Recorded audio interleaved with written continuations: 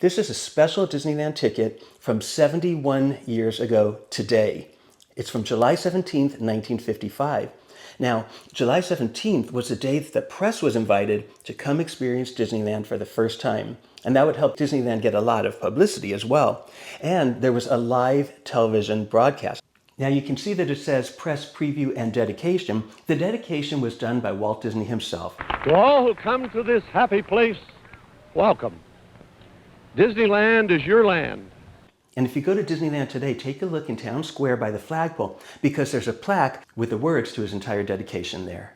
You could see that there's a time, 2:30 p.m. And what they did is the tickets had different times that was the earliest that you were allowed to arrive. And that would help to spread out the crowds throughout the day. In documentaries and all the official history of Disneyland, I've always heard that the weather was so extremely hot. It was over 100 degrees and ladies' heels sunk into the asphalt that day because the heat didn't allow it to set properly.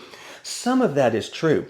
I did actually speak to Harriet Burns, who was one of the original designers, and she did remember her heels kind of sinking into the asphalt. But I've checked the weather through various sources, and it seems that the temperature at Disneyland on that day was only about 80 degrees. But it was indeed crowded and a very crazy day. Now, if you look at the back, it says during the ABC network telecast of the Disneyland preview, Disneyland's gates will be closed from 4:20 p.m. to 5:30 p.m. If you wish to be present during this telecast, please plan to arrive before 4:15 p.m. Let me show you this artwork of Disneyland and the castle and Tinkerbell there on the map that they included. Now, there was all kinds of craziness that happened on this day.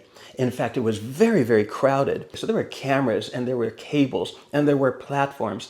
And it was pretty crazy due to that. But nevertheless, people came back on Disneyland's regular days and things were a lot better. And of course, we can see 71 years later, it's as beautiful and as wonderful as ever.